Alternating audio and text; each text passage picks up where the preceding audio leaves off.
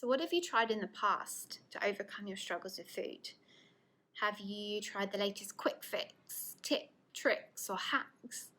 Have you tried to avoid certain people, places, or situations which you know are triggers? Have you started new diet plans or exercise routines? Or cut out certain foods and food groups which you just can't trust yourself to be around? Or even distracting yourself with more responsibilities, throwing yourself into work, taking on more on your to-do list. Now, all of these are examples of an external approach. So you're constantly trying to manage what is going on in your environment in an attempt to resolve what is going on inside. But what this does is that it forces you into management mode rather than resolve mode. And although you may get some, quick wins, short-term benefits, you can quickly find yourself back where you started or even feeling worse. Now, these external approaches on their own do not work and can actually make you feel worse in the long run. But why? The first reason is that it's not a complete approach. If you're after fully and permanently resolving your struggles with food, you've got to find an approach which addresses all pieces of the puzzle.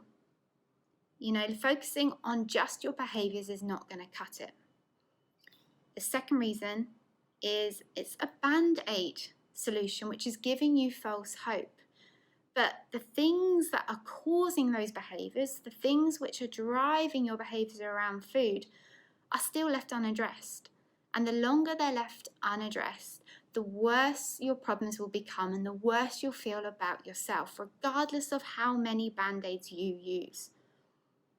Now, the third is that working on yourself involves brain training and rewiring your brain, which is basically learning a whole new way of being.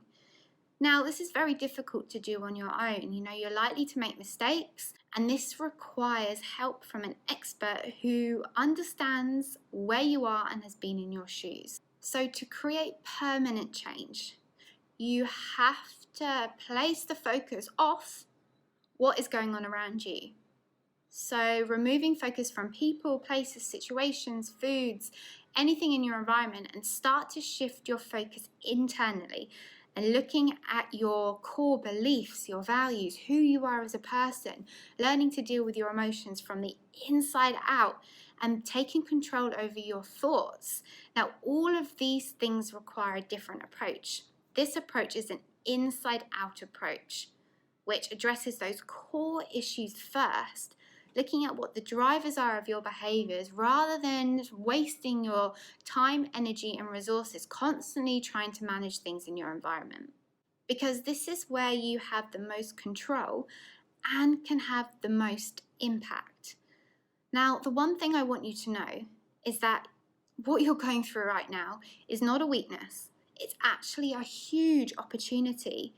Right? You basically have this thing screaming at you that this is your chance to create a remarkable transformation in your life. And this is the thing whereby once you overcome this, you'll literally feel like anything is possible and you'll be able to do anything that you set your mind to.